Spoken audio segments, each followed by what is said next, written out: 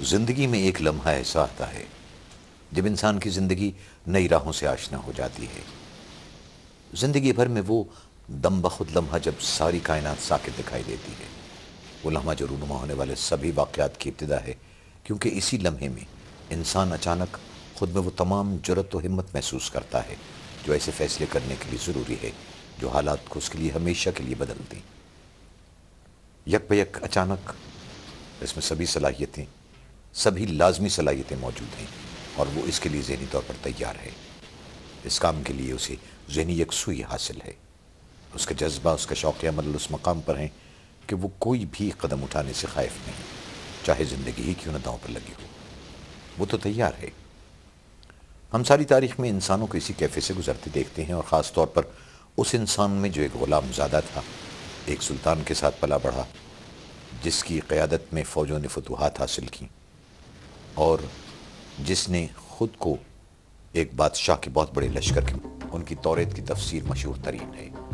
زریاب Baghdad کا ایک مشہور مغنی اور موسیقار تھا۔ یہ ایرانی نسل تھا، انتہائی شائستہ اور عبد الرحمن ثانی کے عہد کا بڑا نفیس رجحان ساز تھا۔ وہ بڑا اختراع نواز تھا۔ اس نے ستار کی طرح کے ایک ساز لوٹ میں 5ویں سر کا اضافہ کیا۔ اس نے موسموں کے مطابق لباس میں تبدیلی پر زور دیا اور مشروبات کے لیے شیشے کے برتن اور پیالے متعارف کرائے۔ اس نے اسپین میں آرائش گیسو اور آداب نشست و برخاست میں نئے تصورات متعارف کرائے۔ عبد الرحمن زریاب سے، جسے ہزاروں گیت یاد تھے، گانا سننا بہت پسند کرتا تھا۔ اسے ہزاروں گانوں کی دھنیں یاد تھی اور وہ دعویٰ کرتا تھا کہ ہوا نے اسے وہ دھنیں سکھلائی ہیں۔ اس کی آواز توانا اور محسود کن تھی۔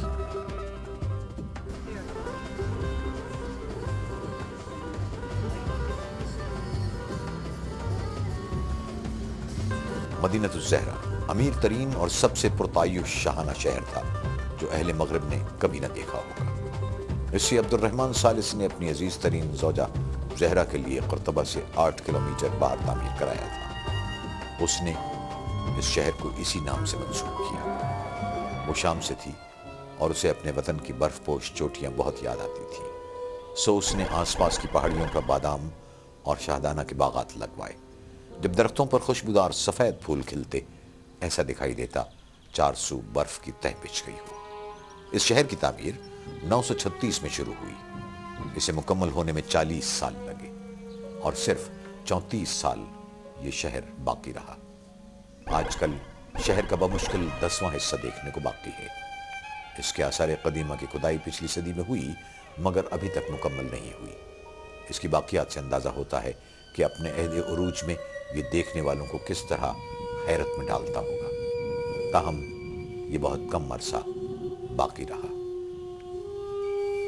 عبد الرحمن ثالث اور حکم ثانی کا شاندار دور تعمیرات ہشام ثانی کے اقتدار میں آنے کے ساتھ زوال پذیر ہو گیا، اور اس کی ابتدا اس شہر کی تباہی سے ہوئی جو 1010 اور 1013 کے دوران ہوئی، اور اس کی وجہ وہ اندرونی کشمکش تھی جو بالآخر اموی خلافت کے اختتام کا باعث بنی۔ سو یہاں کبھی ایک شہر تھا، بڑا خوبصورت اور خوش نظر، مگر وہ خود کو دشمنوں سے نہ بچا سکا اور بربروں نے مکمل تاخت و تاراج کر دیا۔ صدیوں تک فراموش و گم گشتہ رہنے کے بعد 1911 میں قرطبہ قدیم کے نام سے یہ دوبارہ دریافت ہوا۔ مدینہ الزہرا کی تباہی کے بعد قرطبہ چند صدیوں تک باقی رہا اور 1236 میں زیر قبضہ آ گیا۔ تاہم آج آپ کو شہر کے وہ حصے دیکھنے کو ملتے ہیں جہاں صرف عرب رہتے ہیں۔ وہ اپنا مخصوص لباس پہنتے ہیں، اپنی زبان بولتے ہیں اور طعام گاہوں میں اپنے من پسند شوارما سے لطف اندوز ہوتے ہیں۔ وہ ان کے آباء و اجداد کو سن 1493 میں دیش نکالا دے دیا گیا تھا، مگر پھر بھی ان میں سے کچھ یہاں آج تک آباد چلے آ رہے ہیں۔ اور یوں بھی تھا کہ 1000 سال سے بھی زیادہ دور ماضی میں اس وقت جبکہ مصنف کو کتاب کی تصنیف کے لیے صرف اپنے قلم اور اپنے ہاتھ کی سہولت میسر تھی، ہسپانیہ کے اہل علم کے استفادے کے لیے 70 لائبریریاں موجود تھیں، اور صرف قرطبہ ہی میں 4 لاکھ کتابیں موجود تھیں۔ یہ ایک فطری امر تھا۔ دنیا کی بہترین دانشگاہ بھی تو یہی تھی۔ یہاں علم جراحی، نقشہ نویسی، جغرافیہ، ریاضی، اور علم الاعضاء کی تعلیم دی جاتی تھی۔ لوگ فرانس، جرمنی، مصر اور دوسرے مقامات سے ان علوم کے حصول کے لیے یہاں آتے تھے۔ سائنسداں الزہراوی، جس کا اصل نام البکاسس تھا کیونکہ وہ مدینہ الزہرا میں پیدا ہوا تھا، اس لیے الزہراوی کہلاتا تھا۔ اس نے اپنی تمام زندگی یہیں گزاری۔ اسے بجا طور پر بابائے سرجری کہا جاتا تھا۔ وہ اپنی 30 جلدوں پر مشتمل علم جراحی اور علم الادویات پر مبنی کتاب التصریف کے لیے دنیا بھر میں مشہور ہے۔ وہ ایک عظیم استاد تھا اور اپنے شاگردوں کا ذکر اپنے بچوں کے طور پر کرتا تھا۔ اس کا پختہ یقین تھا کہ معالج کا اپنے مریض کے ساتھ تعلق گہرے جذبہ ہمدردی پر مبنی ہونا چاہیے اور مریض کا نہایت مفصل معائنہ انتہائی ضروری ہے۔ اس کی تصانیف کے لاطینی اور فرانسیسی تراجم ہوئے اور بعد میں آنے والے سرجنوں نے ان سے بہت استفادہ کیا۔ حقیقتاً اطالوی نشاط الثانیہ کے اطباء اور سائنسدانوں نے اس کتاب التصریف سے اکتساب کیا۔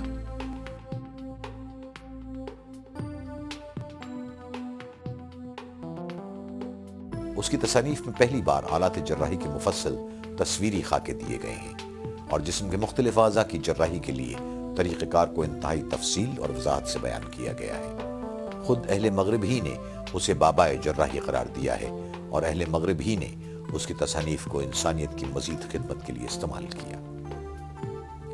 جابر ابن حیان کوفہ کے رہنے والے تھے۔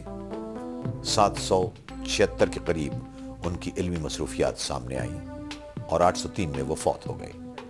کیمسٹری عربی لفظ الکیمیا سے ماخوذ ہے اور کیمسٹری کی ترویج و ترقی میں بنیادی اور اہم ترین کام جابر ابن حیان کا ہے۔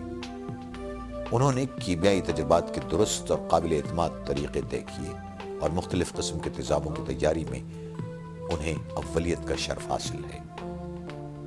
بخارا کے ابن سینا، جو 980 میں پیدا ہوئے اور 1030 میں انتقال کر گئے، ایک مشہور ماہر طب، فلسفی، ریاضی داں اور ماہر فلکیات کے علاوہ وہ علم القاموس یعنی انسائکلوپیڈیا کے ماہر تھے۔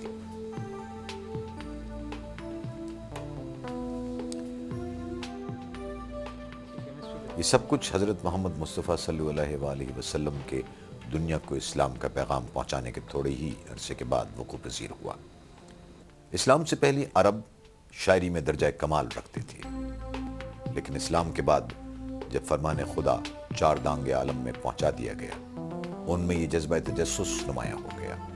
مسلمان سائنسداں، فلسفی، فقہا اور ایسے ہی علم پرور لوگ تعداد میں بڑھتے چلے گئے۔ سائنسی علوم پر کتابیں تصنیف کی گئیں۔ ایسا کیوں کر ممکن ہوا؟ اس کا جواب رسول اکرم صلی اللہ علیہ وسلم کی وہ مشہور حدیث ہے جس میں تعلیمات اسلامی کی روح ہے، یعنی آپ نے فرمایا، عالم کے قلم کی روشنائی شہید کے خون سے بھی مبارک ہے، اور مسلمانوں کو تحصیل علم کے لیے مسلسل و متواتر تاکید کی کہ علم حاصل کرو، چاہے اس کے لیے چین ہی جانا پڑے۔ میں مسلمان سائنسدانوں کے بارے میں بہت کچھ کہہ سکتا ہوں، بہت کچھ بتا سکتا ہوں، لیکن میرا خیال ہے کہ آپ خود نیٹ سروس سے رابطہ کیجیے اور اس سے استفادہ کیجیے۔ افسوس اس بات کا ہے کہ آج ہم ان عظیم مسلمانوں کے بارے میں کچھ نہیں جانتے جنہوں نے انسانیت کی اتنی خدمت کی۔ آخر کیوں؟ اس لیے کہ ہمارے نظام تعلیم نے کبھی زحمت ہی گوارا نہیں کی، اور پھر ہم تعلیم یافتہ لوگوں نے بھی وہی رویہ اپنا لیا۔ پھر ایک عام آدمی ایسے لوگوں کے بارے میں کیسے جان سکتا ہے؟ اور اگر کبھی غلطی سے ایسا پروگرام تیار ہو کے سامنے آ بھی جائے تو ہم کیا کرتے ہیں؟ بالکل ٹھیک، ہم چینل بدل دیتے ہیں، بالکل اسی طرح جیسے کہ آپ شاید اس وقت سوچ رہے ہیں۔ میں آپ کو جانتا ہوں، سمجھتا ہوں، میں آپ کو الزام نہیں دیتا، میں بھی آپ ہی کی طرح ہوں۔ آج ہمارا خیال ہے کہ ہر قسم کی تصنیف، تحقیق، تجربات اور ریکارڈنگ وغیرہ بے لوث مغربی سائنسدانوں کا کام ہے۔ ہم مسلمان فقط ان کے تیار کردہ مواد کو استعمال کرنے کے لیے ہیں۔ آخر ہم میں وہ روح کب بیدار ہوگی جس نے ان عظیم سائنسدانوں کو سخت محنت کر کے وہ چیزیں تیار کرنے کی تحریک دی جن سے تمام انسانیت فیضیاب ہوئی۔ ہم واپس آئیں گے تو غرناطہ چلیں گے۔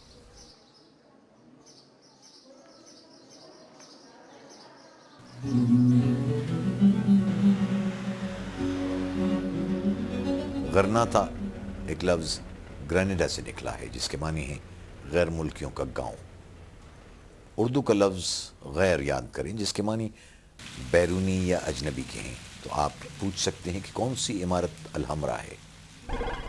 ہر چیز دیواروں کے اندر، جنگل کا پورا سلسلہ، پانی، باغات اور عمارتیں، یہ سب کچھ مل کے الحمرا بنتا ہے۔ یہاں باغات اور فوارے بھی اتنے ہی اہم ہیں جتنی عمارتیں۔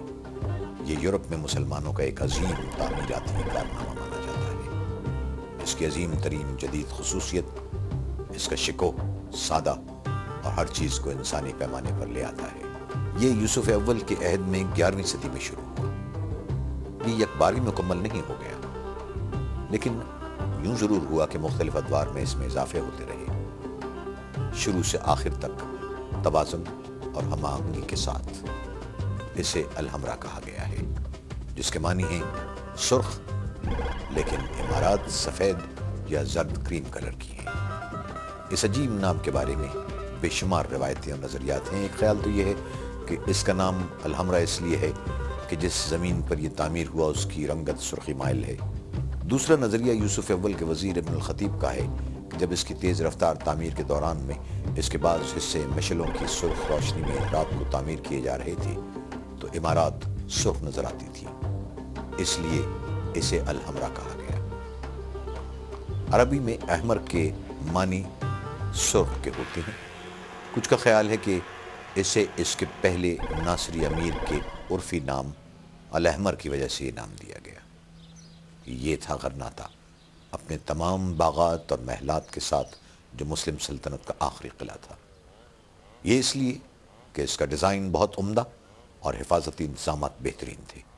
چونکہ اسے شمال اور مغرب کی سمتوں سے عیسائی حملوں کا خطرہ تھا، اس لیے اس کی تمام اطراف کی بہترین قلعہ بندی کی گئی تھی۔ الحمرا اپنے شیروں والے دیوان یا صحن کے لیے بھی مشہور ہے۔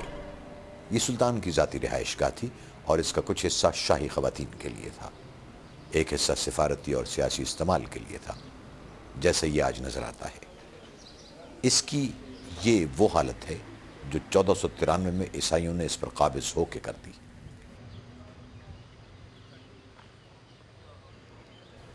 ان کے کیے ہوئے اضافے الگ نظر آتے ہیں کیونکہ طرز تعمیر میں بنیادی فرق ہے۔ 12 شیر جو مرکزی فوارے کا حصہ ہیں خوبصورت لگتے ہیں۔ وہ سرسبز و شاداب ہرے بھرے صحن کے بیچوں بیچ بڑی تندہی اور ہوشیاری سے پہرا دیتے دکھائی دیتے ہیں۔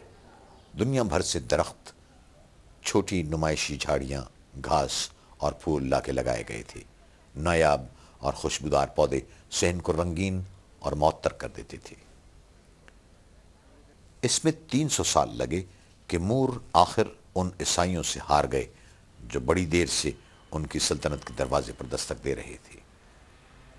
ایک طویل عرصے تک نظام عدل، تعلیم، سائنسی تحقیق اور انتظامی امور میں دنیا کی دوسری اعلیٰ ترقی یافتہ اقوام کی طرح عمدہ مثالیں قائم کرنے کے بعد ہسپانیہ کے مور بھی فطری انسانی کمزوریوں کا شکار ہو گئے۔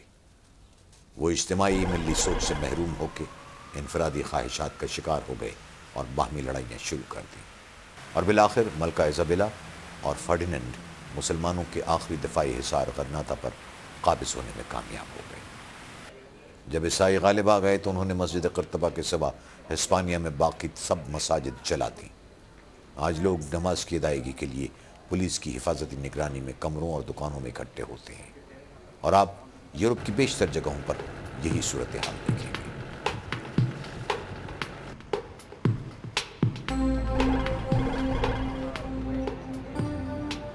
سن 1492 میں مسلمان ابھی غرناطہ میں موجود تھے جب ہسپانوی نسل کا مہم جو کولمبس نئی دنیا کی دریافت کے سفر پر روانہ ہوا۔ صدیوں پہلے ہسپانویوں نے جو بحری راستے اختیار کیے تھے آج بھی لگ بھگ وہی راستے زیر استعمال ہیں۔ ہسپانوی لوگ بحری سفر کے لیے بڑے باکمال لوگ تھے، سو اسپین پر لوگوں کی یلغار اب بھی جاری ہے، اور آج کے حملہ آور وہ سیاح ہیں جو اسپین کی روشن دھوپ اور قدرتی حسن سے لطف اندوز ہونے آتے ہیں۔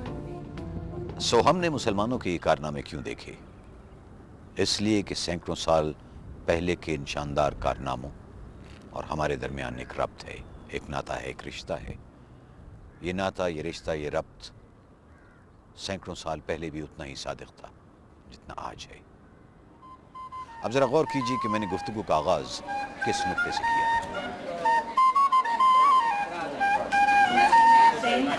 میں نے ان فیصلہ کن لمحوں کی بات کی تھی جو نقطہ انقلاب سے بہت آگے لے جاتے ہیں۔ اس وقت ایک فرد کیا کرے، اس کا انحصار اس کے جذبات اور احساسات پر ہے۔ آئیے ہم جذبات کی بات کرتے ہیں۔ کیا آج جذبات مشتعل نہیں ہیں؟ قتل و غارت گری کے ساتھ ساتھ تعمیر و تخلیق بھی کرتے ہیں، شکست و ریخت بھی کرتے ہیں۔ اور پھر 11 ستمبر کے بعد شدید تبدیلی شروع ہوئی، اچانک مسلمان برے لوگ ہو گئے۔ اس صورتحال میں بنی نوع انسان کے لیے مسلمانوں کی خدمات اور کارناموں کا جائزہ لینا ضروری ہو گیا ہے، اور تاریخ میں انہوں نے جو کردار ادا کیا وہ پیش نظر ہونا چاہیے، اور پھر آج کی دنیا میں ان کی افادیت اور مقام و مرتبے کا تعین کیا جانا چاہیے۔ کیوں؟ آپ بھی ایسے ہی سوچتے ہیں نا؟ یقیناً آپ بھی متفکر ہیں۔ یہی وجہ ہے کہ آپ نے اتنی دیر سے یہ چینل نہیں بدلا، کیونکہ آپ کو احساس ہے کہ ہماری گفتگو کا موضوع بہت اہم ہے، اس کی بڑی اہمیت ہے۔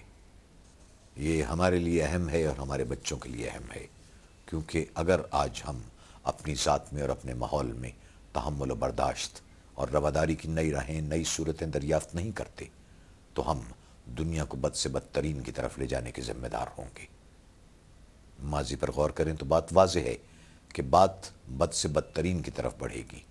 قانون قدرت اٹل ہے، فطرت کی تعزیریں شدید اور بے لحاظ ہیں، اور اب ہمیں اپنے مستقبل کا فیصلہ خود کرنا ہے۔ اس کا انحصار ہمارے جذبات و احساسات پر ہے، کیونکہ ہمارے جذبات و احساسات ہمارے مستقبل کے طرز عمل پر اثر انداز ہوں گے۔ آج آپ کیا محسوس کر رہے ہیں؟ غصہ، محبت یا نفرت؟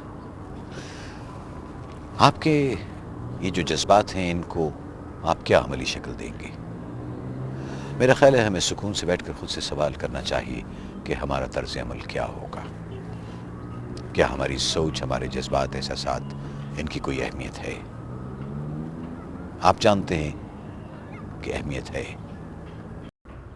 تو جس صورتحال سے مشرق دوچار ہے اور مغرب کی جو کیفیت ہے، اسے میری ایک دوست نینسی میریول نے اپنے ای میل میں بہت خوبصورت انداز میں بیان کیا ہے۔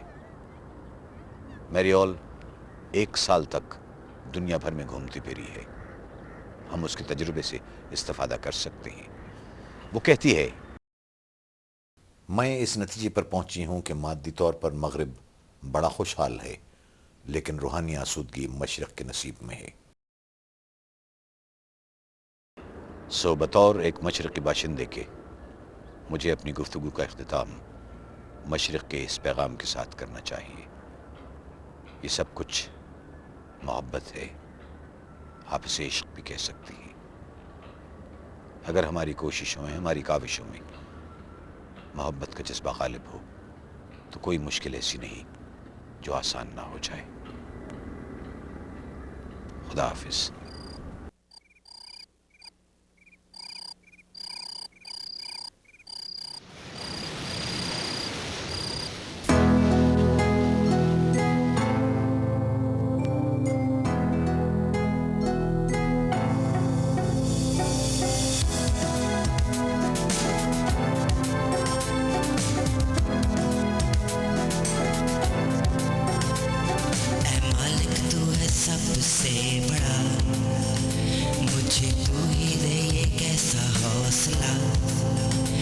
کوئی چاہے تو بھی غم